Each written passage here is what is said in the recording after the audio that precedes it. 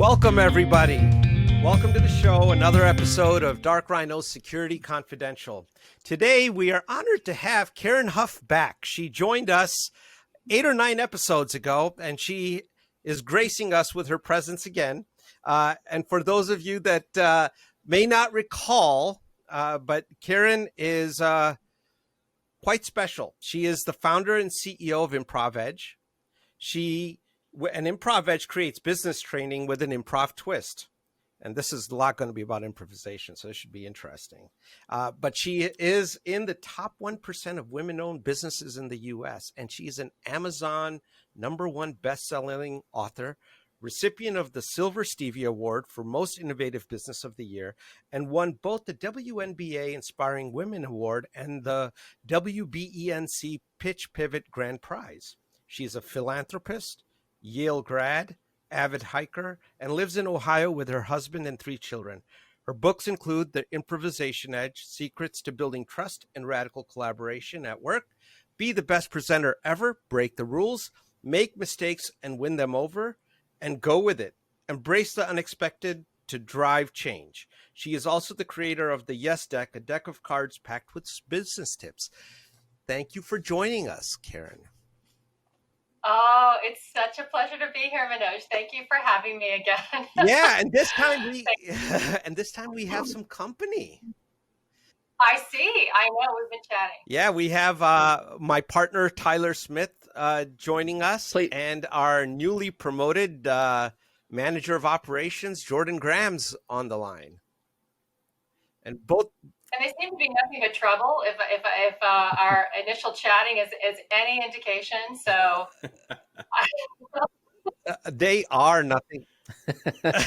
Yeah, we'll be okay. We're not bad. We're fine. I don't know about that. They're both ex-military veterans. So, thanks for your service, guys. And thank you for your service. Thank you so much. And I think that's had a bad influence on them because I just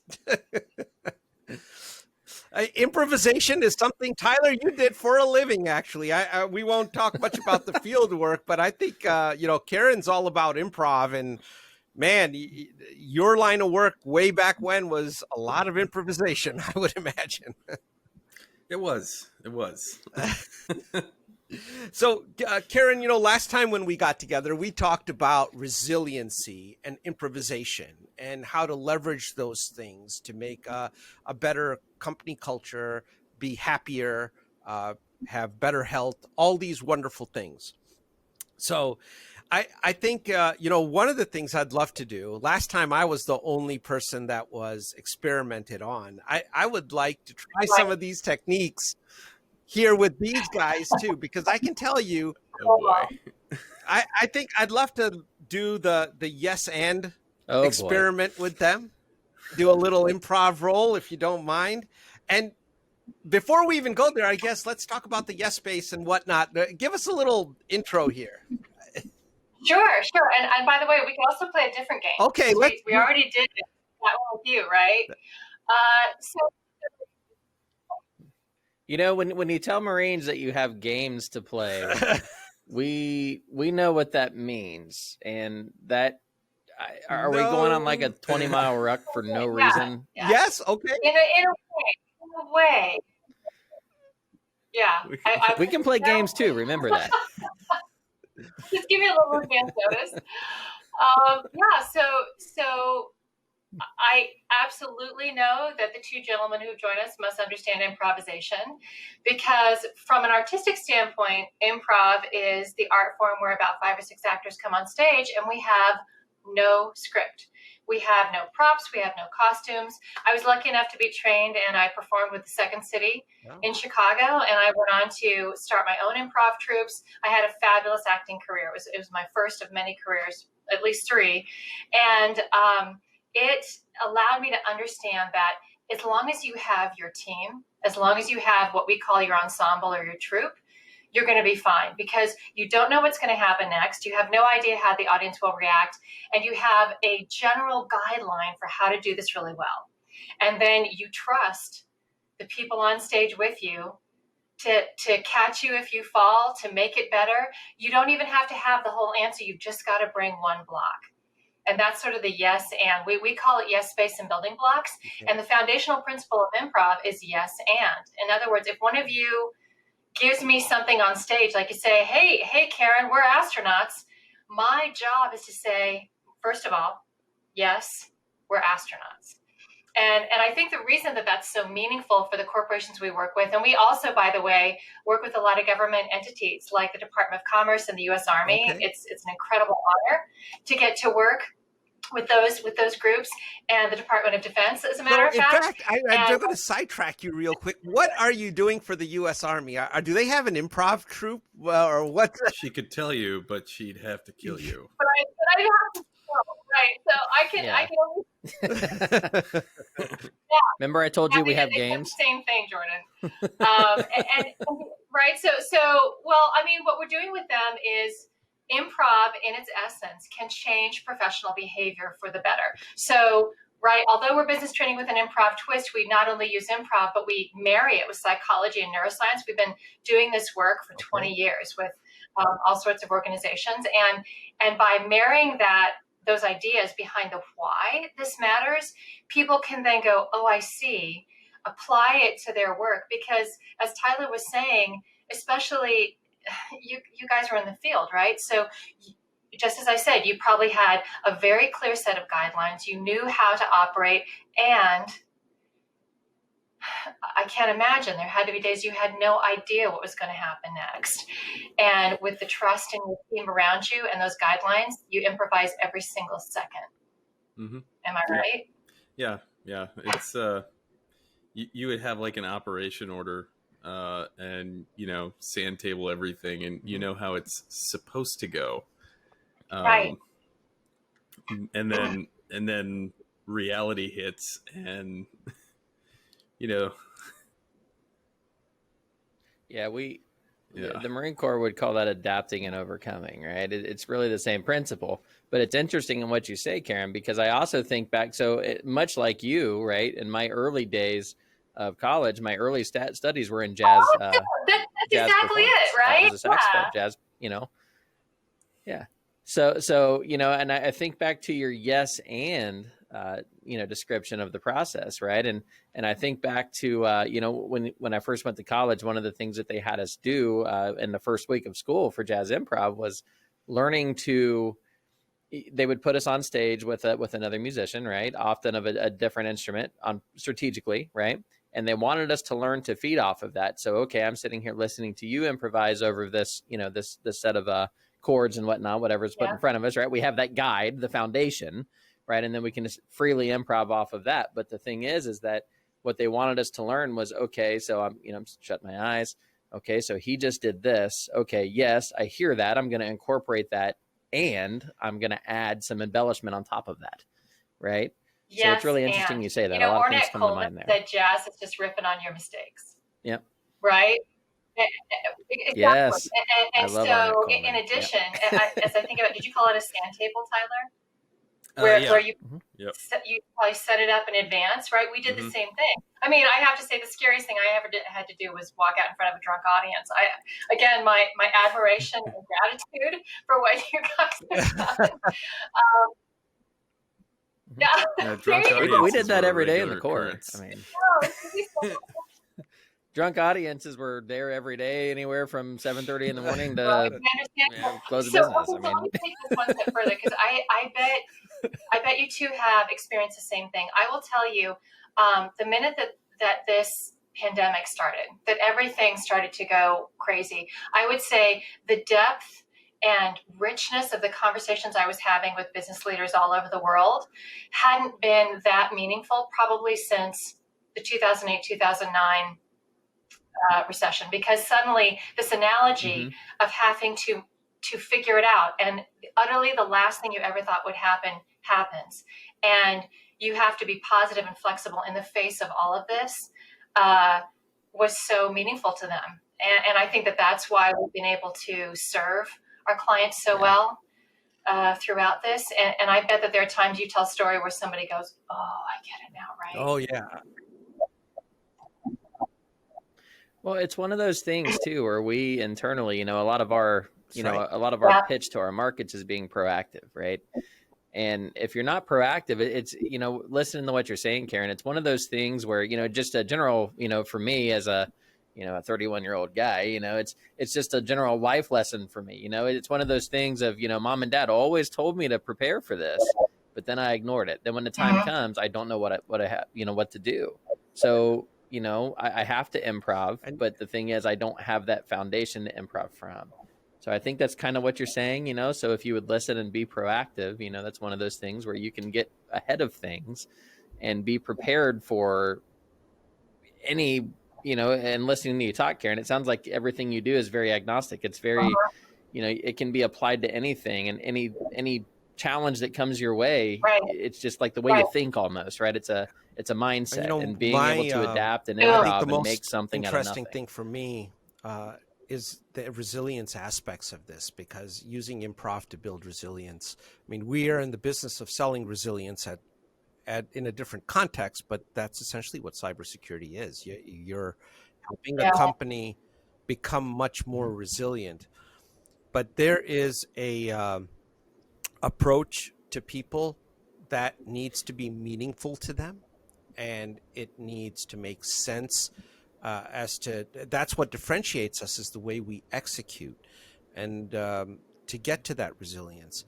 And I think if they're, from a business leader perspective, if utilizing improv or bringing improv in a more formal way into the company, and that's an oxymoron, formal improv, but bringing that in, bringing that into the company so that people become much more comfortable with being themselves, I think adds a lot to our own differentiation. Right. Go ahead. Manoj, if I may, I actually kind of have a question to direct to Karen here. So Karen, how would you address, so just listening to you speak about, the specific and the more granular details of what you do, right? So when you start talking to me about improv, okay, so let's obviously looking at the business context here, right? So let's take COVID-19, prime example. So COVID hits, impacts, shuts businesses down. Now they have to improv, right? They've got to figure it out. Okay. So to me, my mind instantly shifts to leadership, because this is heavy on decision makers, right? Because in order to improv, you have to have people in place to make the decisions. But more importantly, you have to have quality leadership in place, because if you don't have quality leaders, the decisions that come from the improvised approach could be detrimental, right? So how do you approach, are you trying to get everybody in the organization to improv? Or are you focused on just the key stakeholders and leaders of an organization to make those decisions? Or is it a hybrid solution of everybody top to bottom, and you just kind of get the path forward based on opinions? Okay. What's your approach here? What's your method? Yes, everything that you said. And, from a cultural standpoint, we work with a lot of organizations to look at their culture, and we marry improv with maybe the mission and vision that they already have in place. And you asked, okay, Jordan, I don't know, anybody else? You asked a lot of questions in that one. So yes, we work throughout the organization. Yeah. And I would say probably some of our more successful work is when we begin with the leadership. Right? Because this is right. Kind of how it has to be, right? Because you got to have the decision makers. But so I guess my question is, and maybe I'm taking this down a negative path, but I'm genuinely curious, right? What happens if the folks improvising with the decision? It's called a train wreck, man. Making the right decisions. No. Okay, go ahead. Yeah, that's a train wreck. But how do you correct that? It is called a train wreck, and it's called oops to eureka. So the fourth principle that we trademarked with Wharton is oops to eureka, right? So the idea is, number one, mistakes happen. And in the artistic world, they happen all the time. Right? So they happen on stage, things mess up, and the key is not to shove them under the rug or try to act like it didn't happen. We call it acknowledge it, deal with it, move on. And that's even a section in one of my books, I think. But the idea is that if they are courageous and flexible and vulnerable enough to say, wow, that was the wrong decision, or that's not the way that we thought it would happen, or this isn't an unexpected occurrence. Acknowledging it is the number one sort of cool, courageous thing a leader can do. And then the second thing they have to do is deal with it. Right. And finally, and sometimes dealing with it could take 2 years. Who knows, right? It could take 2 seconds. Yeah. And that's a skill in and of itself that I've learned, Karen, in my young professional career, as a leader, you have to have the Marine Corps taught me a lot of this, but I've also learned a lot of this post-military service, is that strong leadership has to have the ability to, first of all, admit that you were wrong, right? And secondly, you have to have like you said, the ability to go back and fix it. So I think back to my jazz improv analogy. It's if I'm blowing along and I miss a chord change, I can't just quit playing. I got to keep going. I've got to fill the space. I'm standing here. I am with all these people making me really uncomfortable. Lights on me, and now I look like an idiot because I blew a C sharp 9, a sharp 9 over a flat 7 chord. I guarantee you nobody even noticed it. Cringe, I think that's right, but I got to keep going. A lot of these mistakes, people don't even surface. Yeah, it's exactly. It's only if you work it through, right? And so I bet too that both you and Tyler and Manoj, we've been through enough of our lives to know that mistakes are opportunities. It just depends on how you choose to respond. It very much is. Yes. It took me a while to learn that. And so absolutely. This entire situation globally is so difficult, and yet we continue to see what we call silver linings of opportunities to thrive or make a new product, or, for example, just be kind, to be philanthropic, to be a greater member of the community, whatever it is. Manoj, what has Dark Rhino found during this? During this, well, marketing is certainly ratcheted up. No, I'll tell you, there's a couple things. We think that remote is going to be the way forward. We've learned that you don't really have to be in the office to be in the office, if you will, right? Is there going to be a place for brick and mortar? Sure, there is, and there's some functions in our company that absolutely require people to be on site, and that's just the way they're going to be, because we can't let people access client data from their home networks. That's not going to work. But by and large, I think there's a shift in culture that's going to take place, and I think there is a change in efficiency that goes along with that, and a change in shall we say respect for the team members, because you have to trust that they are doing the right things at the right time. They're not in front of you all the time, right? So we have seen that, in many respects, it's been a good thing. The way our sales and marketing program has completely been turned upside down, because we were very face-to-face, very relationship-based, right? And for obvious reasons, we're not able to do that anymore. So we have to do a different kind of outreach. And this show is a great example of it. We're 4 years young, and this is the first year that we're aggressively doing these kinds of digital outreaches. It's a necessity. Yeah. We're doing a ton of work on the future of work. I have a lot of opinions about it. Please share. I want to hear this. Yeah. Tyler, before I'm really curious to hear this as well. Any thoughts? Any guesses? I think that remote work will probably be a big central theme to it, possibly. Yeah. Now, your dad, right, Tyler, your dad was in the commercial real estate business. Does he have any insights on that? This is totally off topic, but he's very glad that he sold his company and retired. So, I don't want to ruin anybody's outlook on things, but yeah, he's not painting a rosy picture of it. A lot of opportunity is going to come out of this. but what that's going to be exactly, I guess we'll see. And in some ways, Karen, it's been a rebalancing of life. Well, I mean, look right here, Tyler. I mean, there's some things that have been really good about it. Like, I think as a family, we're getting together more because they can't go out as much. Yeah. Well, yeah, that's a separate story. Unless you marry a nurse. Look, nothing helps bad decisions, Jordan. I mean, there's just, you got to improv your way through it. But that's. Hey, I made the bad decision. She listens to this, or she's watching. You're in deep trouble if she listens to this, man. Mm-hmm. She won't. Mm-hmm. She won't listen to this. You hope. So, Karen, enlighten us a little bit. I'm curious on your take on what the future of work looks like here. Sure. So I was actually writing down the topic of a blog, but you just gave me an idea, so I'll do that next. But my year-end blog post was just around my concern for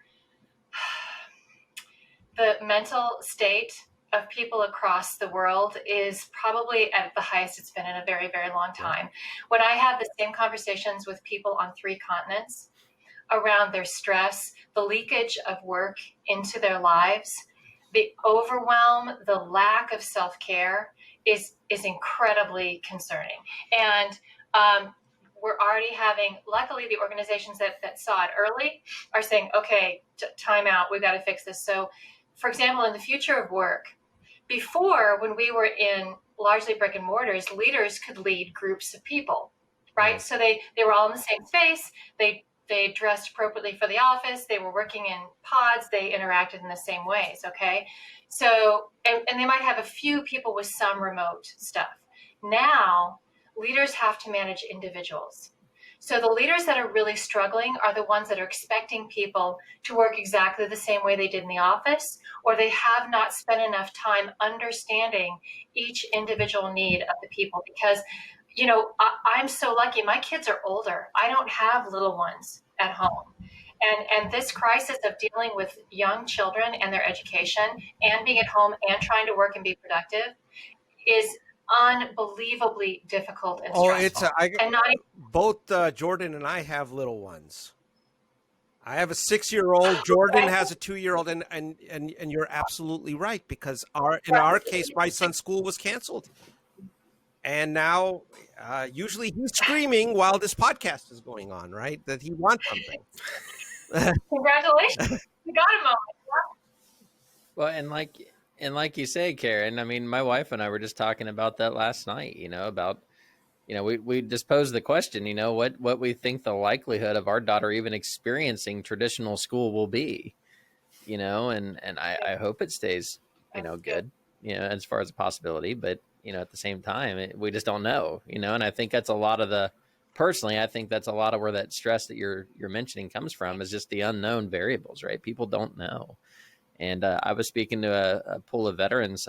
There's a local group here in Columbus. Well, they're nationwide, but the local chapter, it's called Team RWB.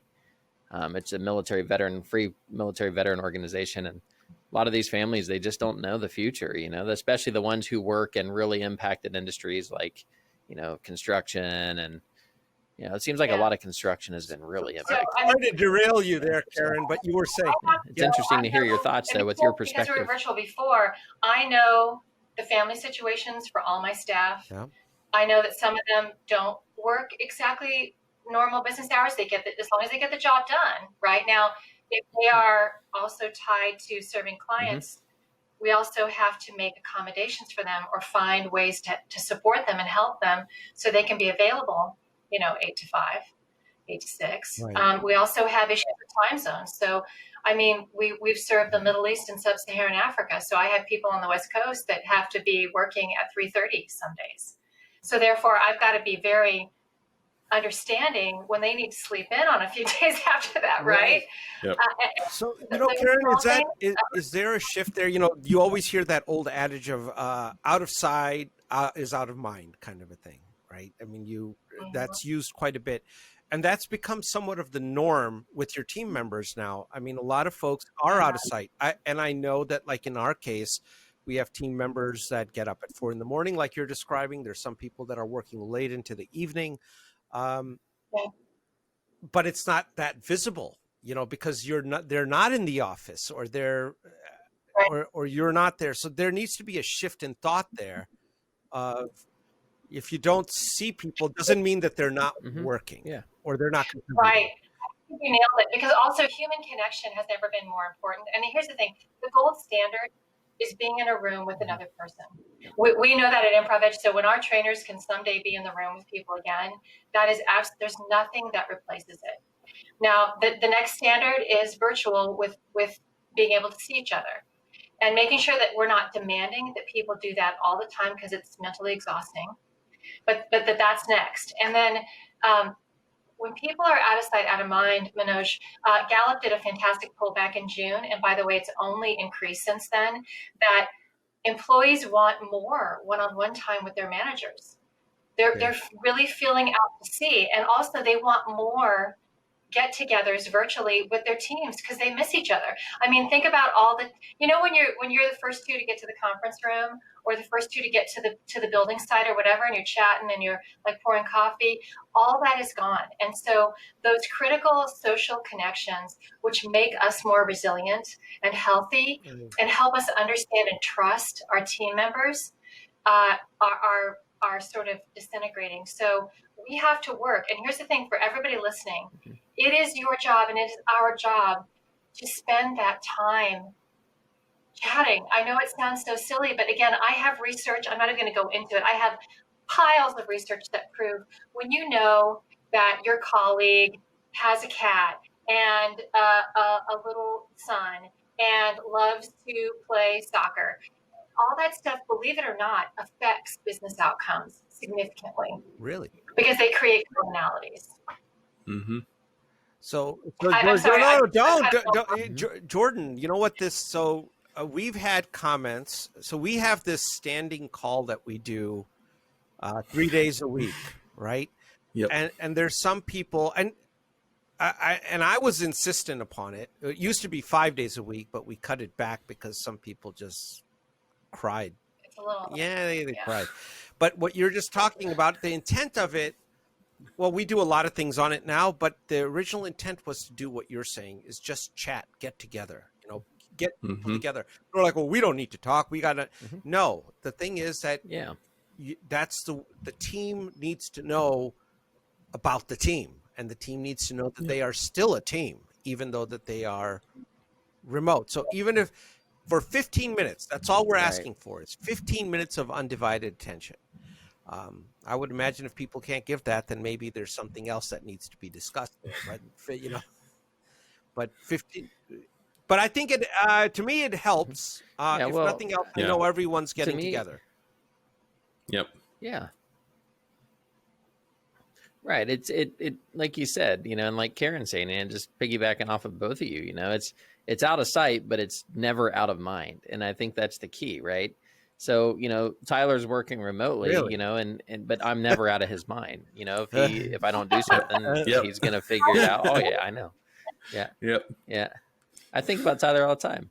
And, but it goes for all of us, and I think that's one of the interesting things that we have here is that, even though, I'll pick up the phone and just call the guys and the gals on a whim and just say, hey, how you doing? It's kind of the culture we've created. But Karen, that's evolved, from not being able to see each other. And you're absolutely right. That those interactions, being out, like prime example, the coffee machine, every morning, because my office, here in the brick and mortar location is right next to the coffee machine, and that's strategic, by the way. And then and every morning when folks would come in and get their coffee, that was my time. Hey Vince, how you doing? Hey Tyler, how you doing? Manoj comes in, I don't say anything because I don't like him. But that's then just Kevin the way comes it in, is. Hey Kevin, how you doing? I'm messing. Yeah. No, it's all good. It's all good. But I'm messing with you, Manoj. I guess a question that comes to mind, Karen, and with all the research that you have, what about virtual exhaustion? Are you seeing that. Did we talk? We talked a little bit about that last time, right? So, yeah, it's actually getting a little bit worse. In the blog, I normally like talk about trends in the next year, and I was so concerned that my year-end blog is literally just about what to stop and what to start. And the stopping is we have got to start setting boundaries, because I know this, you can't believe this, but people I'll talk to, it's noon, they haven't eaten, they've been up since 6, they went straight to their work, they haven't combed their hair, right? I mean, physically and mentally, there is no way we can sustain this. So for example, starting to set boundaries, like have lunch, get up from your desk, walk away, turn everything off, and have lunch. And also, when you turn it, I think there's a lot of people who are like, well, I just have to hang on till we go back to the office. Maybe not dealing with their working space so that it's comfortable, so that it's healthy, so that it's well lit, so that it's semi-quiet. I mean, or having the ability to move around. 25-55 is a big thing that we lean on. So if you set a 30-minute meeting, it is up to the leadership to end that meeting at 25 minutes, so that everybody gets up, uses the restroom, or gets a coffee, or whatever they need. If it's a 60-minute meeting, and again, if it's not driven by leadership, it's not going to happen, because everybody's going back to back to back to back, and all of a sudden you've been sitting here for 7 hours. Oh yeah, and that's incredibly fatiguing, and it's not good for your body or mental. Right. No. And all of them, when all of them are video calls. So of course, we love video calls for our training, and we have everybody come on because we're doing serious interaction. We're doing very, very critical collaboration. But number one, not everything needs to be a meeting. If you're just sharing information, that's an email. And you don't, just because you know people are there doesn't mean you should include them in every meeting. We've got to cut down on that. And also, if you look out and you got a 4 o'clock with one other person, why don't you call up and say, hey, you know what, let's both of us put in our Bluetooth and take a walk around the block and talk this through, instead of sitting at our desk for another hour looking at a screen, right? Let's both of us do something healthy for ourselves. So finding different ways to just change this up for yourself and your colleagues. Yeah. See, Karen, I love that, because, you know, I really do, because, you know, it's so factual. You know, people will, if you're a good leader, people will follow you, right? And you know, your leadership, you know, I look at mine, you know, but if my leadership keeps pressing, excuse me, you know, they keep going, you know, but as leaders, it's important that we're aware of what our people are going through and always remain conscious about that, because if we don't stop for the pause, they're going to keep pressing, right? And they're going to get exhausted, right? And, you know, we could aim this at so many different examples, you know, whether it be physical, whether it be mental, whether, you know, I mean, so that's really good insight. Yeah. If you don't make people stop, they will keep going. And this is something that I saw, you know, working on remote projects, like years ago. I'd be doing firewall installs for somebody in Massachusetts from Ohio, and I'm working remotely, and I realized that I would work till like 8 at night. and it's because I wasn't working with the team locally. So there was nobody to sit there and go, hey, let's go home and sleep or something. Yeah. And without that, Tyler, real quick, tell the story about your 3 or 4 day feed on duty. Well, so just keep it to 3 minutes. Yeah. This is a perfect example of what Karen's saying. I was on duty. Marine Corps, listen up. 3 days continuously. So the duty non-commissioned officer, the duty NCO. I was posted on, I think it was Friday, and I wasn't relieved until Sunday night. Wow. And it's a 24-hour post is what it's supposed to be. So you've got an A duty that helps you so you can like eat and sleep and stuff. But otherwise you're the one in charge. So you're the representative of the commander while he's away. And so for whatever reason, So in reality, so you you're don't responsible really have for an A everything duty that for the happens or listeners. fails to happen Yeah. in the company area during that time.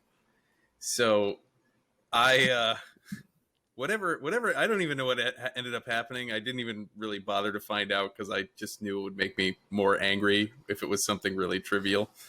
But I ended up being left on that post for almost 3 full days, and it's stressful, and nobody came to relieve me. And finally, this officer of the day comes by to check on us, the OOD, and he looks at me and he starts to yell at me because, you know, I'm kind of disheveled looking. Like my uniform isn't freshly pressed anymore. It's 7:30 in the morning. You know, my boots aren't quite shined, and he's, you know, he's starting to yell at me, and he kind of realized like something isn't right. He's like, Marine, what is going on with you? And I told him, I'm like, sir, I'm still waiting to be relieved. I can't get a hold of anybody in my chain of command.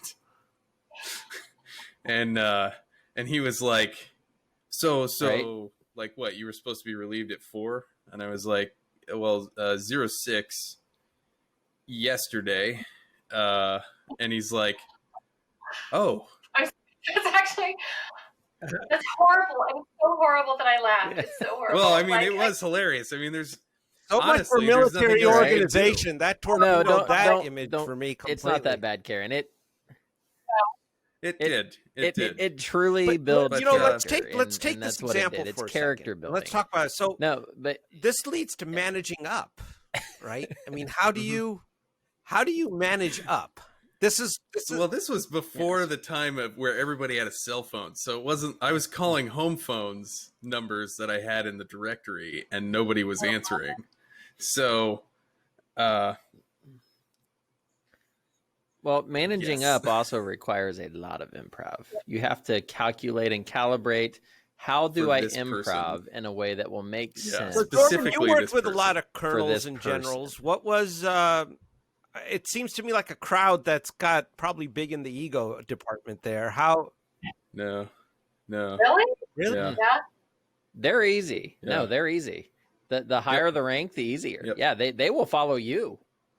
Yeah, they will follow you every time. If I go to a general and I say, sir, this is a problem and here's why, he or she is going to follow with what I'm saying and they're going to fix it.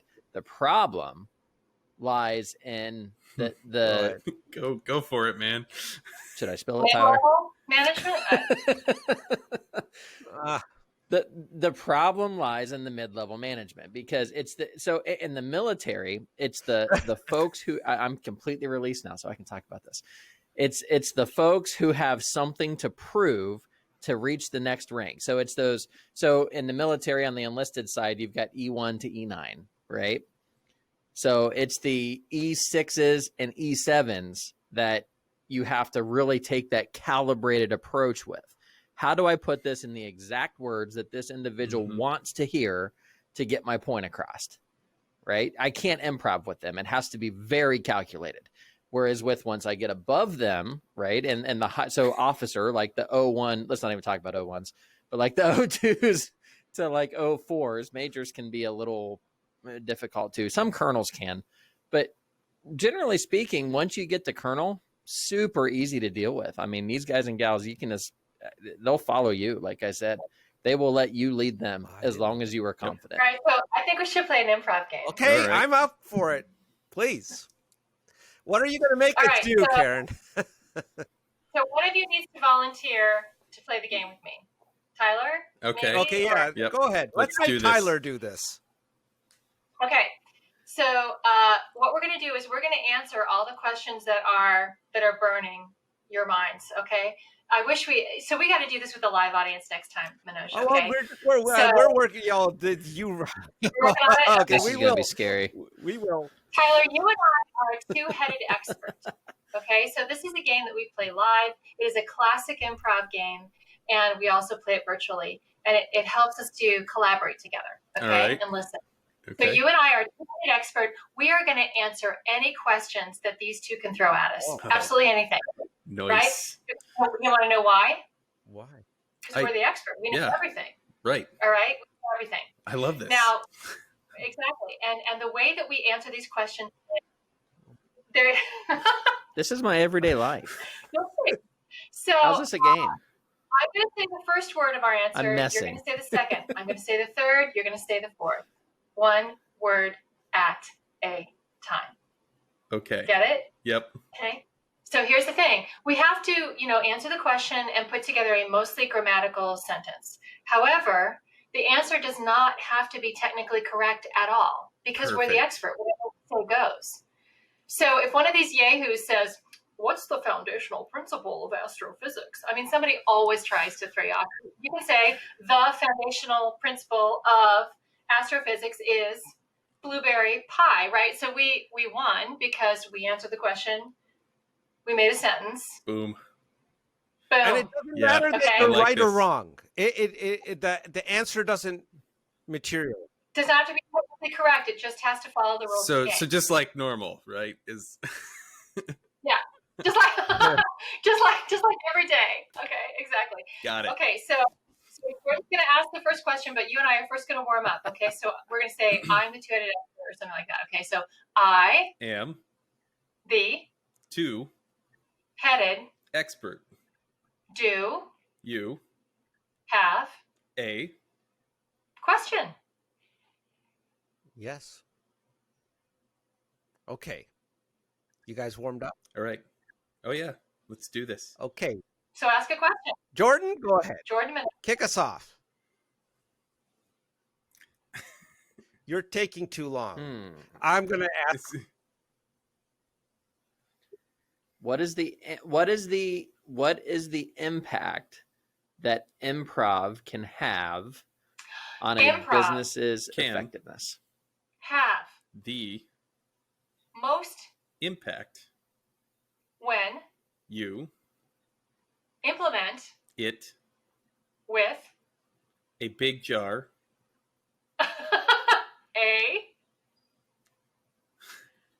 oh wait we one word at a time, Tyler. Math for Marines. A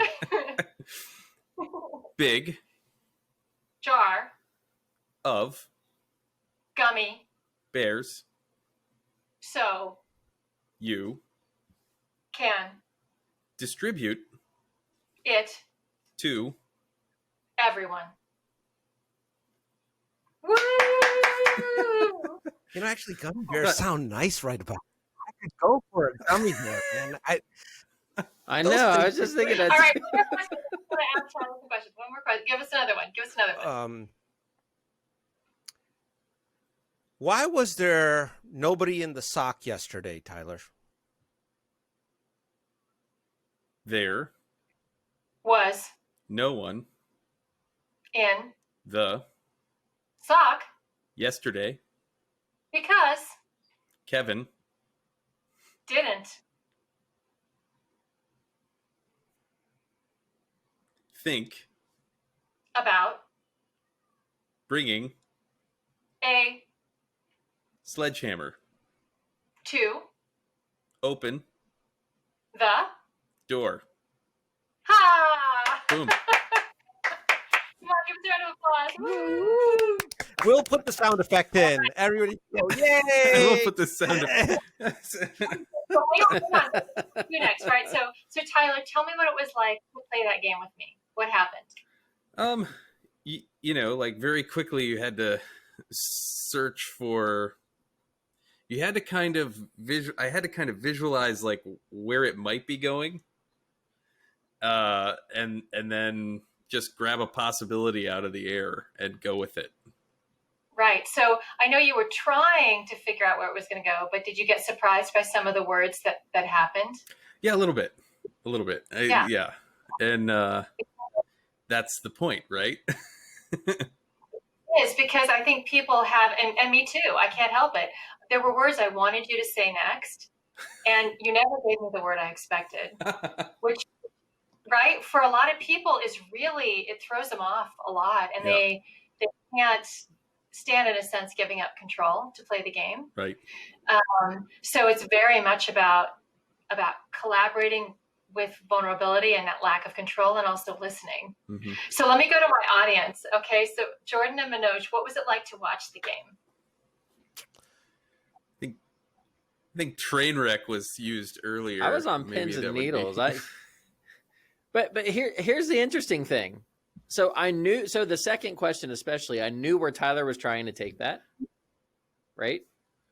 I knew where, I think I know factually where Tyler was trying to lead that. Right, and it doesn't, but and it didn't there's go other there. things that people really get, actually, the one two-headed expert in my career that completely disintegrated and fell apart was because one of the people was a golf pro on stage, and they were on stage in front of all their colleagues, right? And I even stopped them and reminded them, you don't have to make sense, but they were so tied into being right, which is a lesson in and of itself, right? Are we so connected to, it's got to be right, it's got to be my way, or it's got to be what I think is right, that they couldn't play the game. So, to Tyler's credit, he was able to just go, okay, it's a game. And he started to go a different direction, but I didn't know what the answer was. So he collaborated with me, and we came up with a funny thing. I was forced to listen because I had to give up a preconceived notion of what the answer might be. When I asked my question, I'm with you, Jordan. I know there was an answer that I thought it was going to be, and Karen completely derailed it. But what that did was it actually increased my attention. That was why when you asked that, I was absolutely. This is going to be great. Because I knew that you guys would immediately have an ideation of what I was going to say. That's so common. When we go and ask people questions, Tyler, so many times we're asking that question with a deeply embedded preconceived notion of what... Yes. True, Manoj, so true. You know that, like, statistics show, or research more, I should say, that most adults stop listening about halfway through every sentence because we're so busy thinking about our answer instead of being in the moment and listening. And I think that's one of the gifts improv gave me, is that we rarely as adults are in the moment. We're always thinking of other stuff. And the gift of utterly being released from the future and the past and having to be right there, because you have to listen that closely, is actually pretty cool. Have you seen a change in the way men and women in business settings interact? I would say yes, and it's both. I think it's better and I think it's worse. Really? So, yeah. So give us some. Yeah. So I think it's better because, very honestly, remotely, in some ways, physically, and this goes across genders, wherever you lean on the spectrum, is that some people, by not being in the office, are actually somewhat safer, physically and even mentally, because I think it's harder for people to, the innuendos and things like that simply don't come across, or people don't have time, or it's more locked up and there's always someone else watching, in a sense. So there's that side. And then the other side is, as we watch a ridiculously higher percentage of women leaving the workforce, many of the gains that we've had over the last few decades are utterly being lost, because in this incredible crisis of family and illness and business, the people that are suffering are women who are like faced with impossible decisions, and they're like, well, I'll leave my job then, because they don't even have a daycare to lean on. They can't bring their elderly parent home to help, because that's putting them at risk. And something's got to give, and it's usually the woman's career. So we're losing exponentially, like 4 times as many women from the workforce right now, in order to care for all the stuff that has to happen. Not to mention that that's going to put the family then at risk, because much, much less income that maybe before was sustained in other ways. So, I mean, there's a lot of answers to that. And if you want to talk about negotiation specifically, I think maybe we should get together again. We are going to get together again, Karen. We want you back. It's always a very interesting conversation with you. Karen, Jordan, Tyler, I really appreciate all you guys taking the time to join us today. It was wonderful to have you. And thank Thanks for all the great advice there, Karen. Happy holidays and a happy new year. Happy holidays.